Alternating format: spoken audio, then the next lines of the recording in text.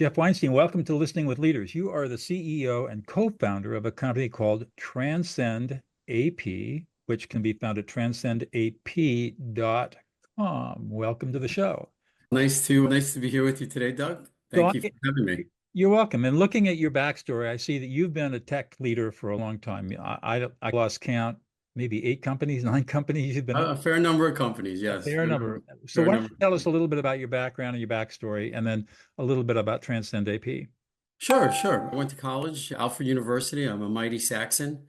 I'm sure it's in upstate New York, a little small private school.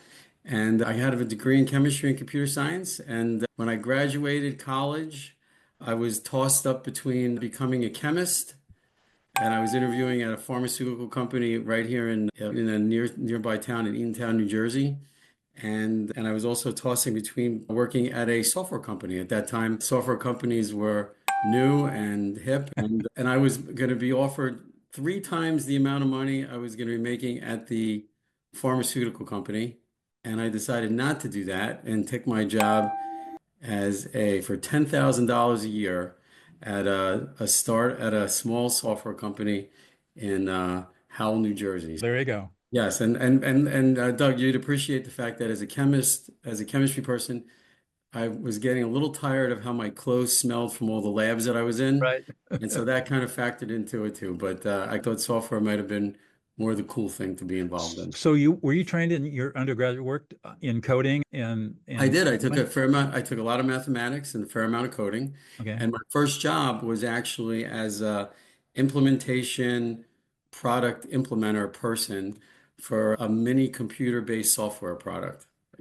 I remember those days. You'll be interested to know that I went to Dartmouth College. And Okay. when I went to Dartmouth, we learned how to code in beginner's all-purpose symbolic instruction code on the first large Oh, mainframe computer.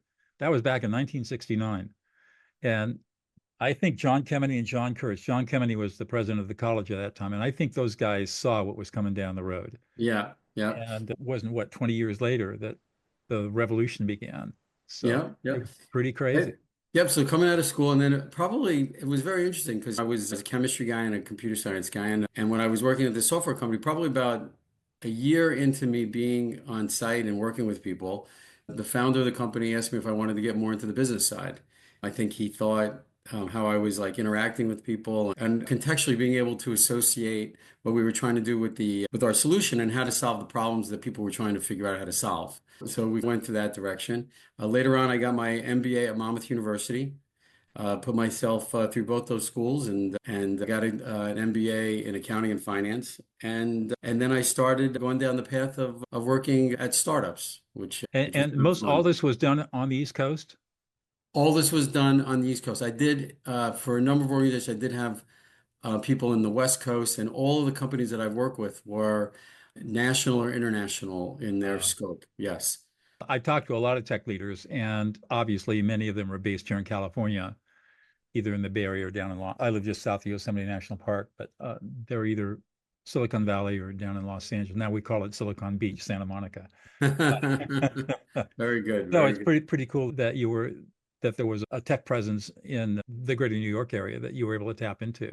Yes, New Jersey specifically. Okay.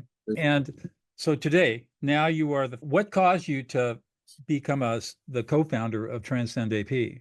Yeah, sure. I've been involved if you look back at my history, I've been involved in a number of companies that have That's been right. fairly successful, right?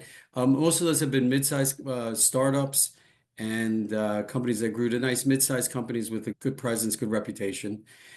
I was in between figuring out where I wanted to go and what my next thing was going to be.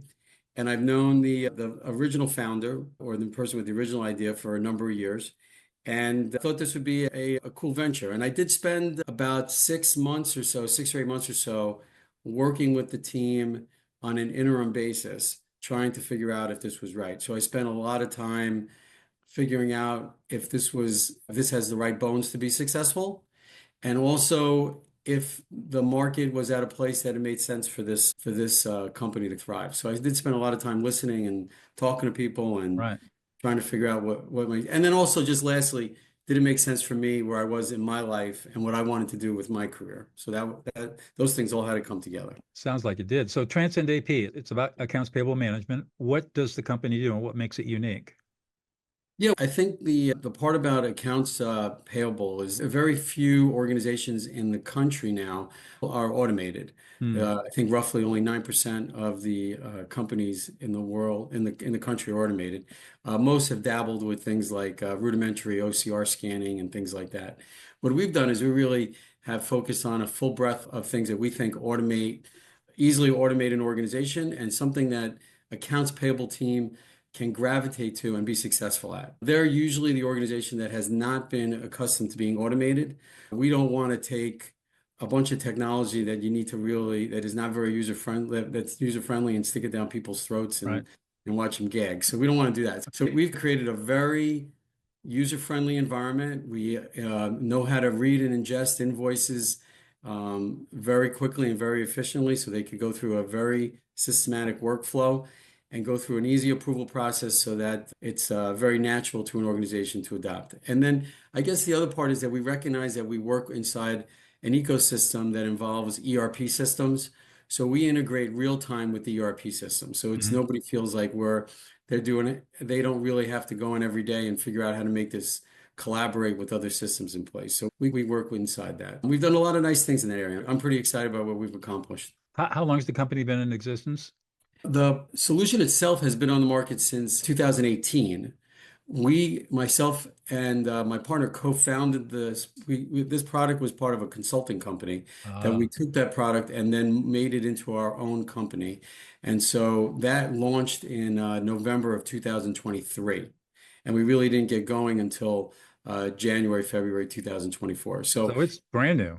brand new, and we've doubled the client base in the year, Wow. doubling the size, and feeling pretty good about what we're doing. And also, I do want to say that the accounts payable people that we work with are they don't usually get a lot of props on the work that they do. Hmm. You know, no one ever calls somebody up and says, "Hey, thanks for doing your job." And Right.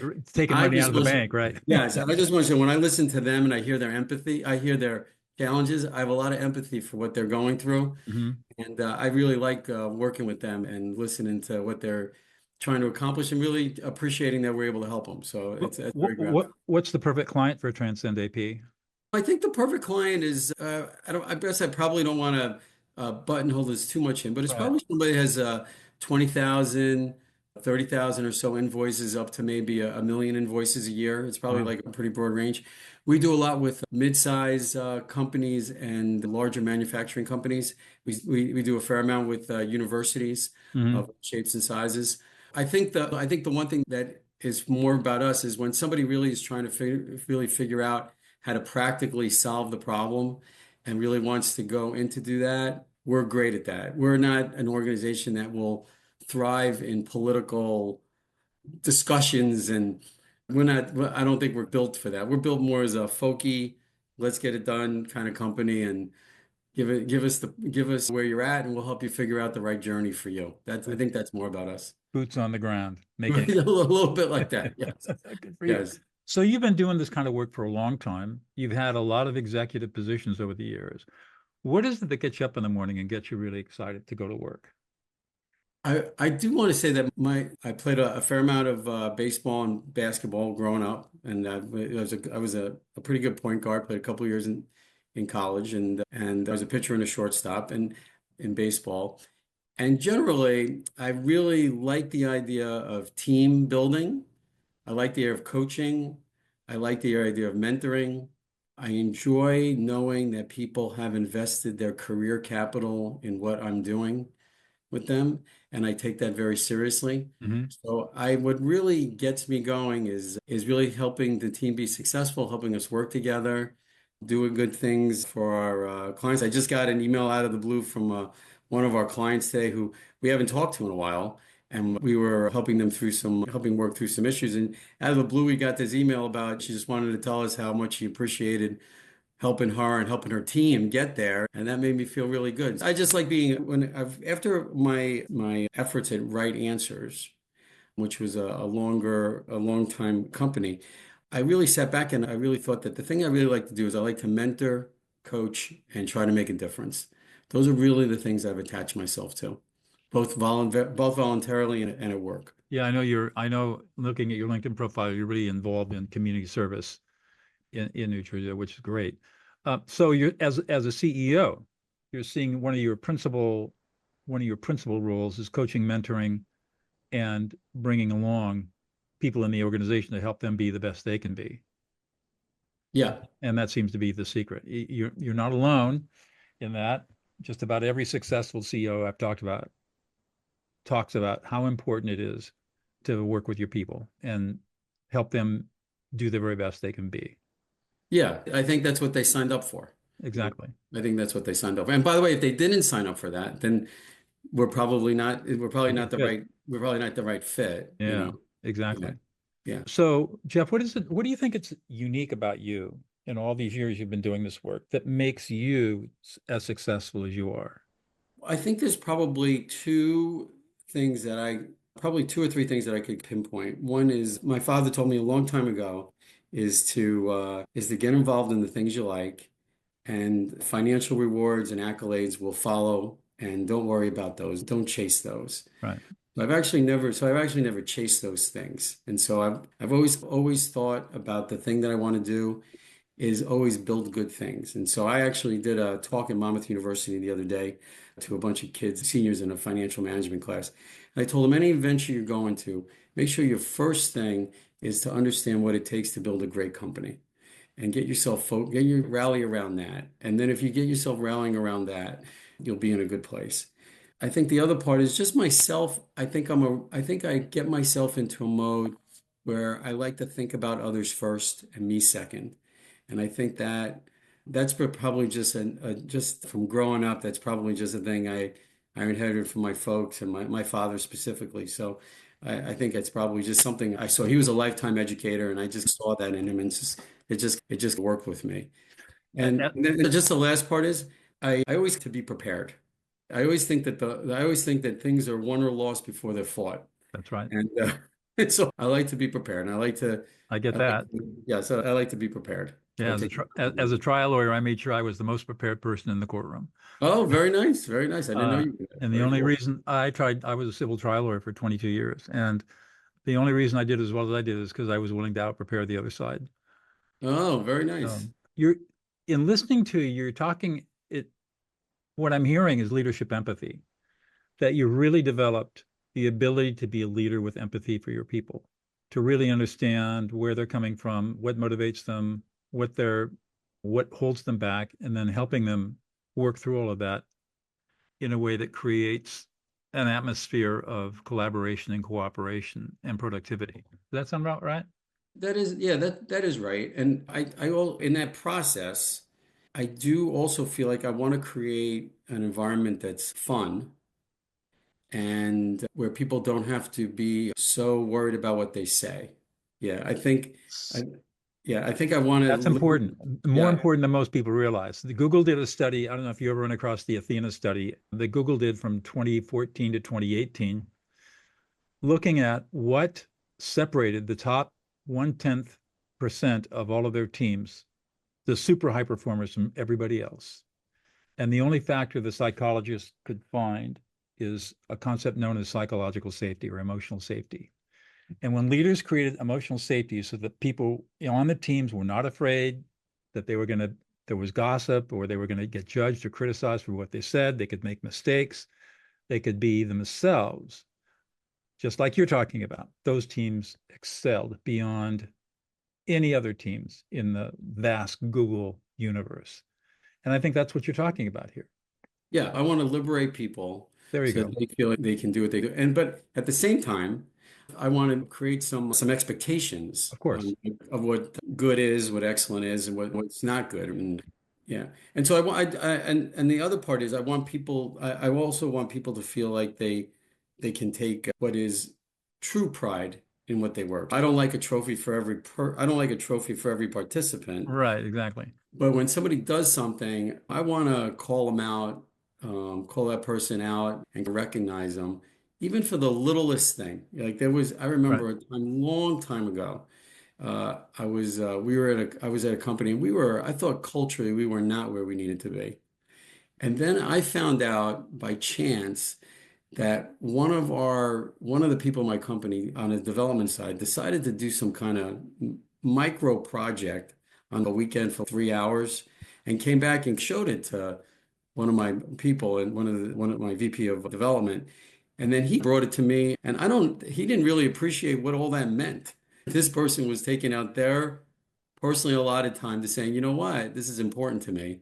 And I remember making a big deal about it and just being very thankful that somebody like that was doing that kind of thing. Wow. Yeah. Yeah.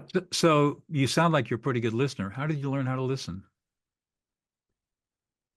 Um, I'm not 100% sure. I do have some interesting things in my background growing up that made me that. I lived in Argentina for a little while, and when I was very young, in my 10, 11, 12 years old, and I think I probably just had to figure out how to pay attention in that. It might have been all the coaching I was getting and feeling there was somebody there that was trying to teach me something and learn. I'm not sure. I'm not sure if I felt like my parents were good listeners and knew what was happening. So I'm not sure how I got it, but I do like to listen. I like when we're talking, we put our cell phones down and don't let that interrupt. I like to be in the moment kind of thing. And I got myself into a phrase that I like to always remind myself is when I'm in the moment, um, always trying to put myself on the side of the person I'm talking to, and where's that person coming from, and what are we all trying to learn from each other and or have fun with each other and what we're trying to do. So I'm not really 100% sure Hmm. what it is. Yeah, what you're talking about is something I call listening other people into existence to make sure that they feel deeply heard and validated. And in my work, I work obviously as a mediator and peacemaker in high conflict situations. Um, One of the reasons why conflict exists is because people don't feel heard. Hmm. And so what do? They shout at each other because they're not being heard. So they just raise their voice and they get angry and more frustrated. But if you can listen to people in a very deep way and make them feel heard and validated from their frame of reference, all of that goes away. Yeah. Yeah, And it's great. along the same lines of stuff you've been talking about. By the way, my wife might disagree with how much I might listen. So if It's one she thing to listen at work, it's another thing to listen at home. if she pops in on this conversation, I'm not sure what she would say. Yeah. Personal relationships, for me, relationship is a relationship. It doesn't matter whether it's personal or professional. The key is learning. For me, listening is a skill that can be learned and mastered.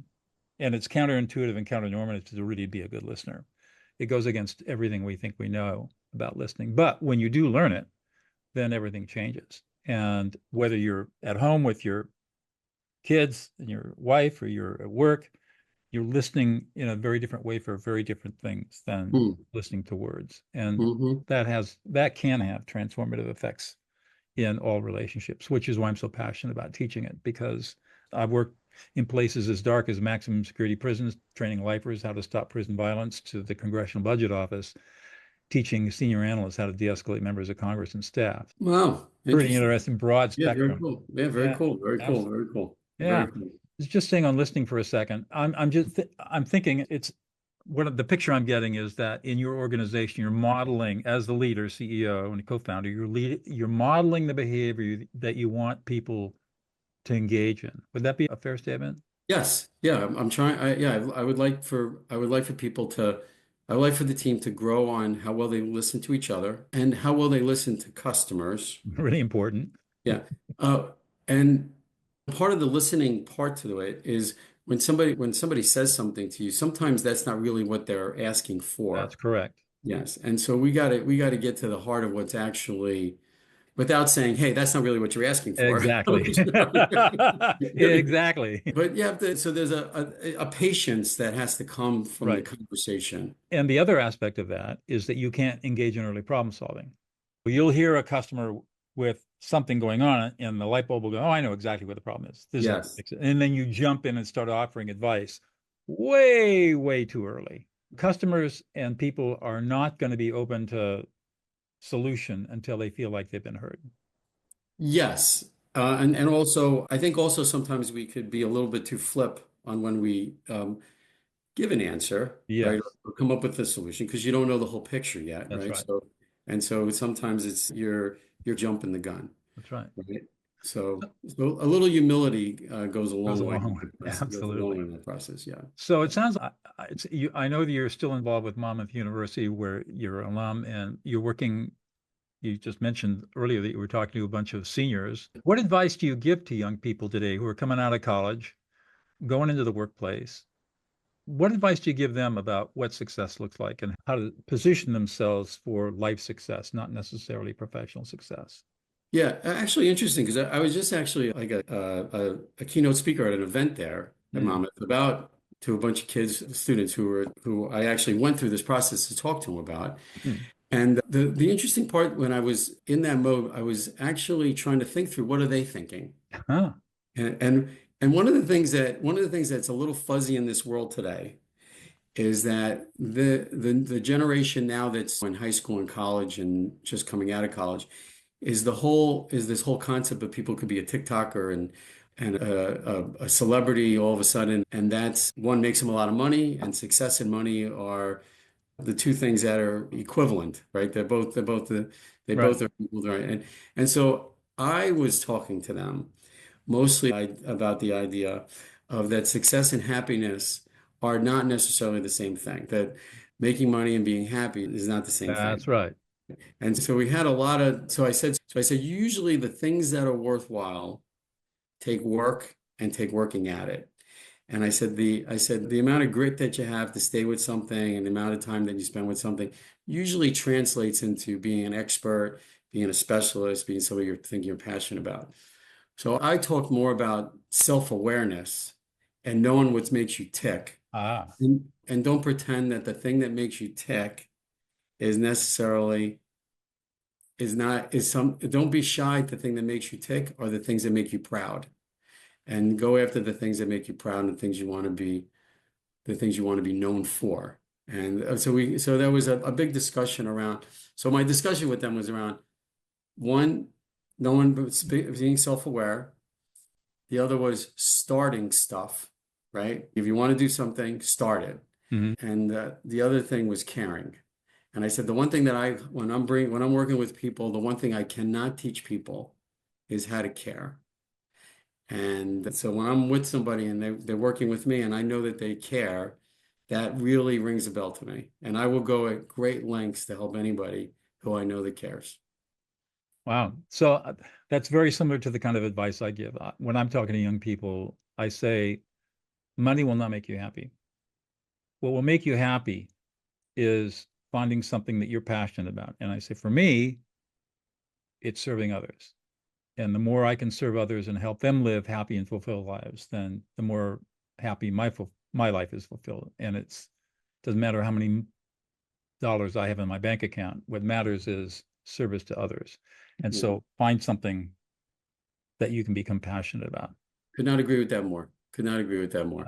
It's a hard dynamic in today's It is. And younger. then they're coming out of school and they got a lot of financial pressure and difficult finding jobs. And then they go into the workplace, which can be crushing. And the idea of buying a home, which is really difficult for the last 4 or 5 years, very difficult. It's tough. And so you're thinking that you're 23, 24 years old and you're focused on accumulation of wealth or maybe just even surviving. And the Yeah. idea of being of service to others is a difficult one. The But other thing that the other thing that I think that puts a little bit of a cloud on this is that I'm not sure when in the family environments that they're in, I'm not sure how much people complain about their jobs, like their jobs, what they yeah, see in their folks, and if they like what they're doing, don't like what they're doing. But because I think when somebody complains about their boss and doesn't like what they're doing, they talk a lot about money in their homes, and right.